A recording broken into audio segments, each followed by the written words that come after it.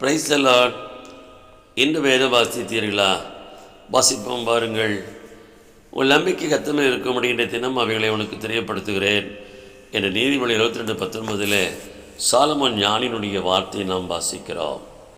ரூத்தின் புஸ்தகம் 1ஆம் அதிகாரத்தில் நகோமியும் தன் 2 மகன்களும் தன் கணவனோடு கூட பஞ்சத்தின் நிமித்தம் பெத்லேம் தேசத்தை விட்டு மோவாப் தேசத்திலே போய் சஞ்சரித்தார்கள். அங்கே தன் 2 மகன்களுக்கும் மோவாப் தேசத்திலே பெண் கொண்டார்கள். இறுதியிலே நகோமியுடைய கணவனும் 2 ஆண் பிள்ளைகளும் மரித்து போனார்கள்.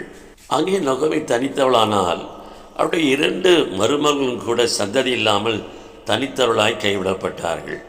தன்னுடைய தேசத்தை கர்த்தர் சந்தித்தார் என்று நகோமி அறிந்த மாத்திரத்தில் திரும்ப மனதுள்ளவளாக தன் 2 மருமக்களையும் அழைத்து, நீங்கள் உங்கள் தாய் வீட்டுக்கு திரும்பி போங்கள், நீங்கள் இருவரும் எங்களுக்கு தயவு செய்து போல கர்த்தர் உங்களுக்கு தயவு செய்வார் என்று சொல்லி அனுப்புகிறதை நாம் பார்க்கிறோம். ஓர்பால் விடைபட்டு சென்று விடுகிறாள்.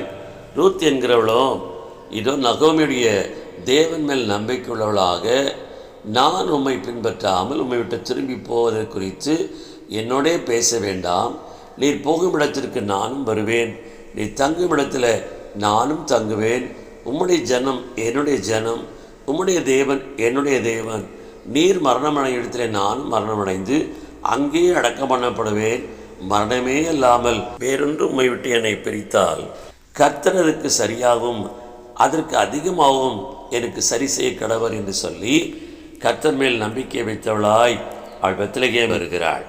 நகோமியோ நம்பிக்கையற்றவளாய் தன் மருமகளை அழைத்து கொண்டு வருகிறாள். மருமகளோ நம்பிக்கை உள்ளவளாக பெத்லகேமுக்கு வருகிறாள்.